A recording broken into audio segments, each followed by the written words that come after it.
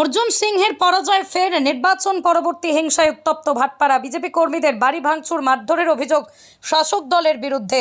অভিযোগ ফল প্রকাশের পরেই ভাটপাড়া পুরসভার 15 নম্বর ওয়ার্ডের আমতলা এলাকায় বিজেপি কর্মী ও তার পরিবারের লোকদের বেধড়ক মারধর করা হয়। তাকে দেখতে গিয়ে বিজেপি প্রার্থী অর্জুন সিং বলেন, পার্থ ভৌমিকের নির্দেশে এইসব হিংসার ঘটনা ঘটছে, পুলিশ কোনো ব্যবস্থাই করছে না। কি বলছেন তিনি, শুনুন বিস্তারিত। শুভেন্দু চ্যাটার্জির বাড়িতে অ্যাটাক করার একটাই কারণ কি, বিজেপি করে। বিজেপি করলে এখানে ভাটপাড়া হেরেছে, তাও পার্থ ভৌমিকের হজম হচ্ছে না।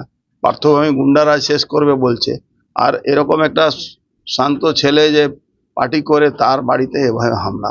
তার বাবাকে মেরেছে, একটা 75 বছর বয়সের মাকে মেরেছে, হার্টের রুগী, তারপরে তার উপরে হামলা করেছে। বিজেপির অপরাধ তাহলে কি বিজেপি করে? ওনার অপারেশনের রুগী জেঠিমা আছে, তাকে মেরেছে। এদিকে আসুন, জেঠিমাকে মেরেছে, ওর বাবাকে মেরেছে।